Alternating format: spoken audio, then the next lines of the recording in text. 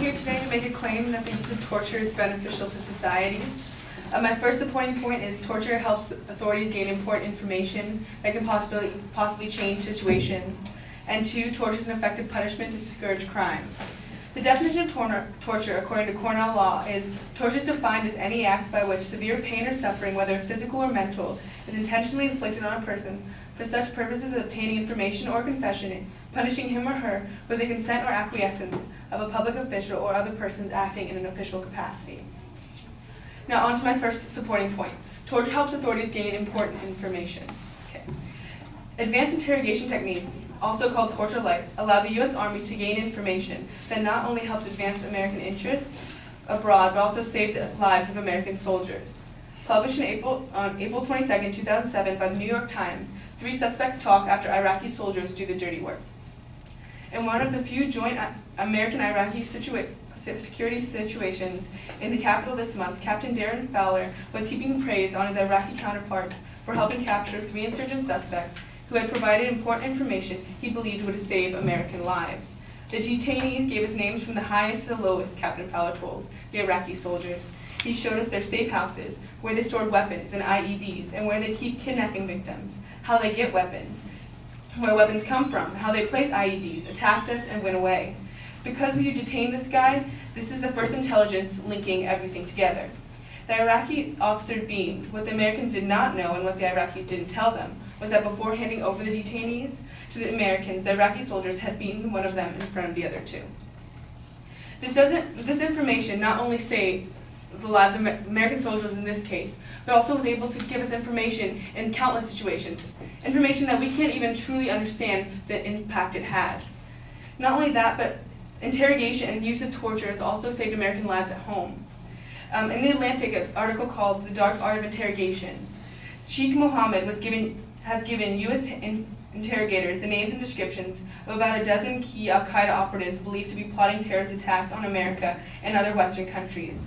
And according to reports in June of last year, Abu Zubaydah, who is said to be held in solitary confinement somewhere in Pakistan, gave information that helped foil a plot to detonate a radioactive bomb in the United States.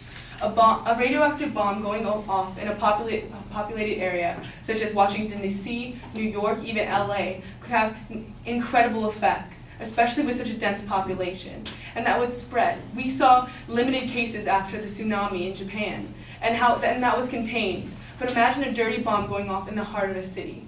We can't even fully comprehend the impact that would have on our nation.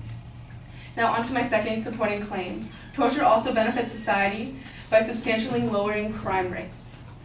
According to a study by the United Nations Office of Drug and Crime, in thefts per 100,000 citizens, Morocco has 217.1, while France had 1,387.6 per 1,000 citizens.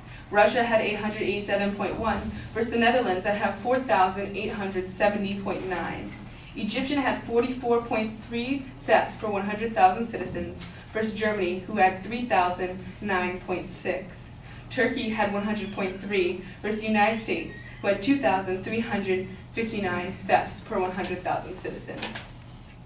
Now, looking at those statistics, the ones with obviously lower crime rates were the ones that used torture in their judicial system. Because of Egypt and their use of torture for things like theft, they have 44.3 thefts per 100,000 citizens. And this is because they use torture as a punishment device.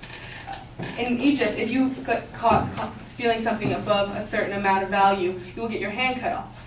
Now that seems dramatic, but think about it logically. If you were going to steal a bike, but you knew that you could possibly get your hand removed for stealing that bike, would you consider stealing it? It's the same thing with many things, and larger thefts throughout our nation. And by having people have less theft, people are able to have their own property and support themselves and feel safer, which is a huge benefit to society. As big a great benefit as saving American soldiers' lives and American people. My main claim today is that torture is beneficial to society. And the reason why torture is beneficial to society is, one, because using important information, we are able to save American lives, not only at home, but abroad. And by using torture in our judicial system, we'd be able to substantially lower crimes such as theft, and be able to make everyone feel safer and more at home and comfortable with their own belongings. Thank you, and have a nice evening.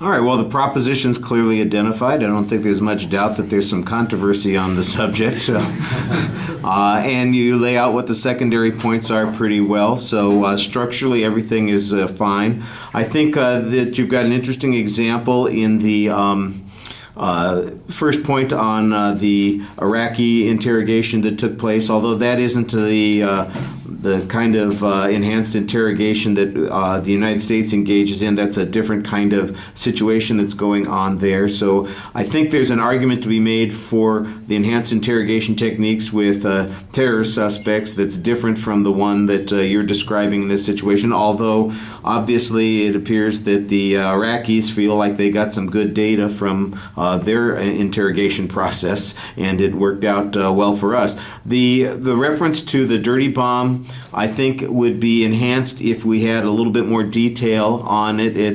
It sounds like it's almost a secondhand rumor that we're getting, as opposed to a confirmed piece of information that we prevented this terror plot from taking place as a result of the torture that occurred in, I think it was Pakistan. So I think we need to have something that's a little bit more specific on that. On the second issue, the question about crime rates between the various countries, the main issue that you talk about is theft. And I'm not sure that theft is necessarily the best way of making a judgment about the effectiveness of torture. Also, the countries that you're comparing obviously have vastly different cultures. I imagine that Morocco and Egypt and Turkey have cultures that are steeped in Islamic traditions, and there may in fact be value issues and hierarchies and cultural rules that result in the lesser crime rates there. The attribution of this entirely to the lopping off of hands or other body parts, I think, is maybe a little big, kind of a big inference that you're making there. And I'm not sure that the harshness of the punishment automatically constitutes torture. Maybe it does. The definition that you gave earlier sounded like it was really more applicable to the first point than it was to the second point. The other thing would be what kinds of thefts we were talking about. Like I said, it's limited to that. There are more serious crimes for which the punishments being harsher seem appropriate, and some comparisons on those might have made your argument a little bit stronger there. But the argument is also delivered with a great deal of passion and forcefulness, which I think makes it more interesting and makes you a little bit more credible too. All right. Thank you.